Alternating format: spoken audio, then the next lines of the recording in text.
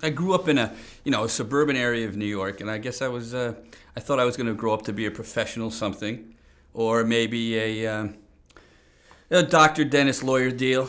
At one point, somebody even had the audacity to suggest maybe I was going to be a minister. But that was, I went to church by, I was sent to church, an Episcopal church, and that minister bit rolled around a bit. But I was expected to be a professional of some sort. In the school in the 50s, when there were the jocks, the teachers' pets, the intellects that kept to themselves, but you could tell they always had the ruler and the 6 mechanical pencils and those guys. And then there were the rest of us. And I was definitely in the rest of us, but I could interact with all the groups. I played sports. I maintained, as long as I was in school, I maintained some grades, but I wasn't too good with attendance. And I don't think I was ever in the teacher's pet division. I guess you were allowed certain thoughts. When you were in grade school, you thought about first base, which was kissing, and second base was, maybe grabbing outside the sweater, and then, you moved down as your hand was moving from the upper thoracic region to the lower thoracic region. You were heading towards third base, and of course the ultimate quest, which we hardly even talked about in grade school, was a home run. And that was, I certainly didn't attain it in the 50s. But, and the girls probably didn't even verbalize those things at that point in time. It was too much of a taboo. If they talked about it, it was only with their best friend. And they wore a lot of protection. If you went out with a woman or a girl in the 50s, she had on a sweater, a blouse, a bra, 6 pins you had to go through, maybe you had to knock her glasses off or something like that. It was a long process, and usually you had to be home by the time you could finish it. We used to have these air drills that would happen in the car. It would come over the radio. Everybody would pull over. You'd get down underneath the dashboard, and this is a drill. It would be coming over the radio, but you were probably being prepared for a bunch of MiGs to come in and strafe your neighborhood. And we were very aware of communism. They were a big threat. The Korean War was fresh in our minds, and they were a big threat. The communists, the big bears were out there. Dean Moriarty, that's the main character in On the Road.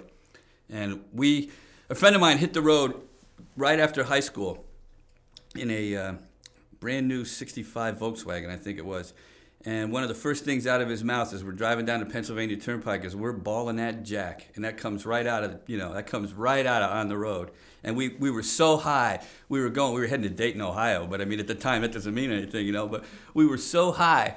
We're going down the road, and then somebody sideswiped us and, just about demolished the car. But we hopped out, took a couple of belts or something and tied the door to the thing and kept on going. Went to Dayton, Ohio, to Cleveland. Ended up in Lake George for the summer. It felt exhilarating, and it still does to me. I'm taking off in a couple of weeks for the Dominican Republic for a month, and I have those, I've got dancing shoes when it comes to going. But we'd be on the road as kids, and this was in the 60s, like 64, I guess. We went to see some girls, which generally you were going someplace that there was a woman at the end of it. But we'd go down to, that particular trip, we went down to Dayton, Ohio. Couldn't get any work there. Went to Cleveland. We're heading to Lake George, and we bogged down in Buffalo without any money. So we knew some people there. We rang them up. We were in the bars.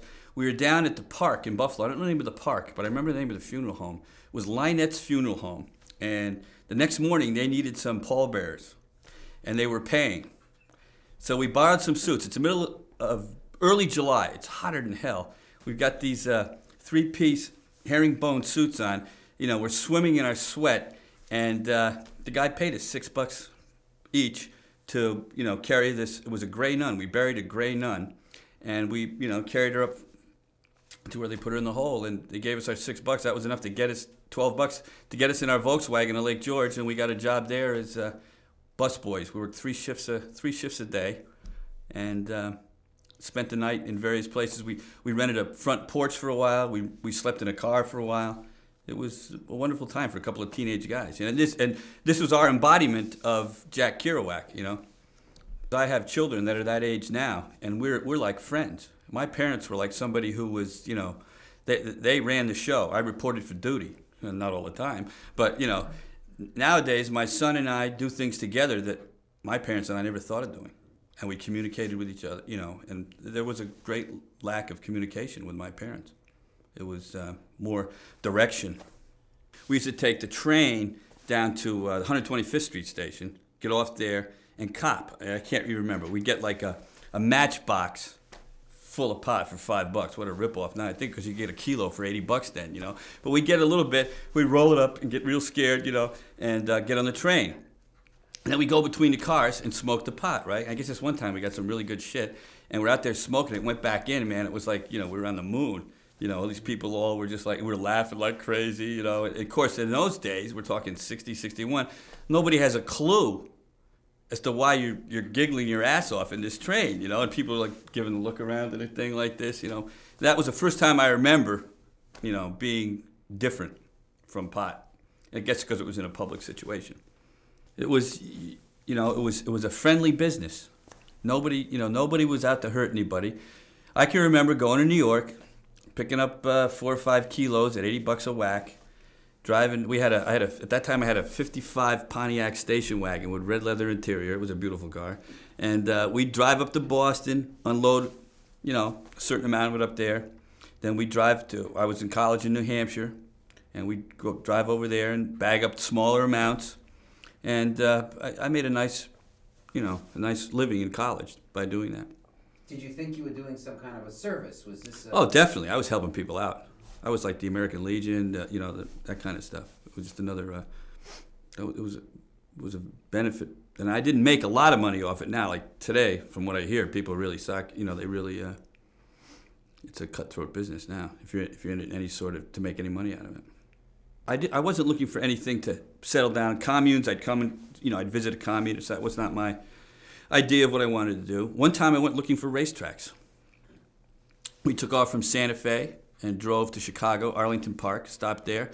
Drove east to Rockingham Park in Salem, New Hampshire. I hooked on there, got a job as a hot walker and a groom. I moved up to a groom pretty quickly. Went down to Suffolk Downs. Then we drove from Suffolk Downs. We're in a Volkswagen pop-top van. We drove down to New York.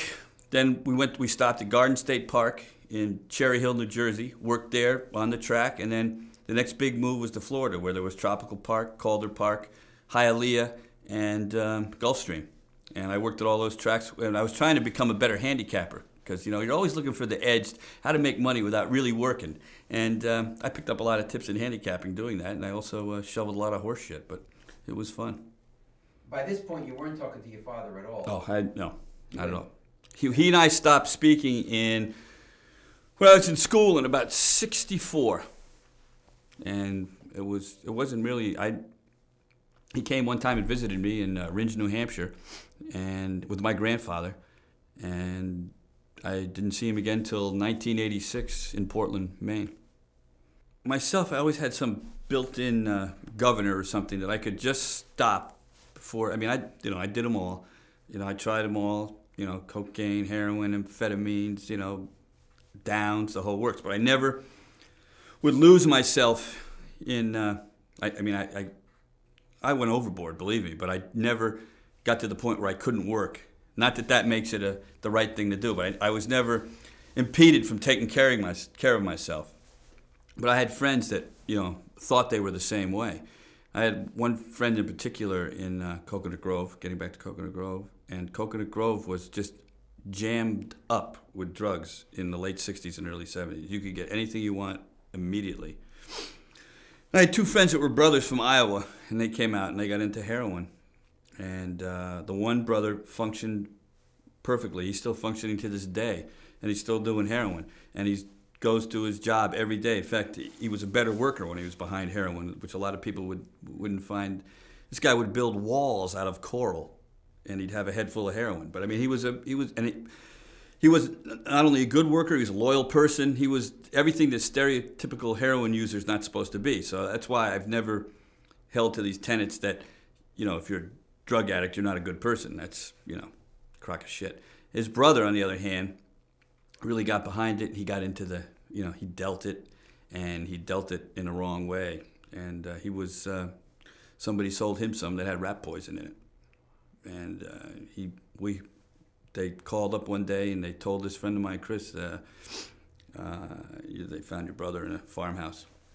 He's gone, and that that kind of stuff hit you in the head. But it didn't stop us from doing anything. Regrets. Let's talk about what from the 60s you would do differently if you think about this a minute. What you would do differently if you had it to do again. Everybody's got those things. Well, one regret is that I didn't travel as much as I could have. I thought I was out there all the time going, but looking back, I could have gone around the world 3 or 4 times. And it's not really a regret, but if you can reassess something and look at it as in a more positive way, I would have traveled even more. Now, I probably wouldn't have taken some of the jobs I took because they were just so bad. If I could look back and say, no, I don't want to do that. I don't want to train rhesus monkeys on behavioral apparatus. I don't want to do that. That's not that wasn't a good thing to do, and it, wasn't a fun thing to do. But I thought for a brief time I was going to have a straight job.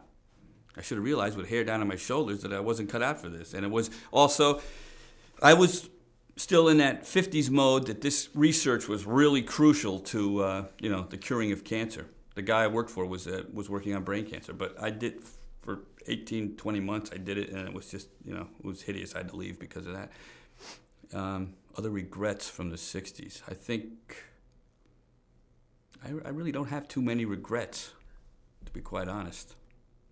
I figure I'm going to have to work until I die. So I'm not going to be able to do anything other than probably stay in good health. So probably my retirement will be a trailer in Florida with a metal detector. Walk up and down the beach, and it'll work. I'm not worried about dying, but I have slowed down. I played a basketball game this morning, and I feel like I'm dead.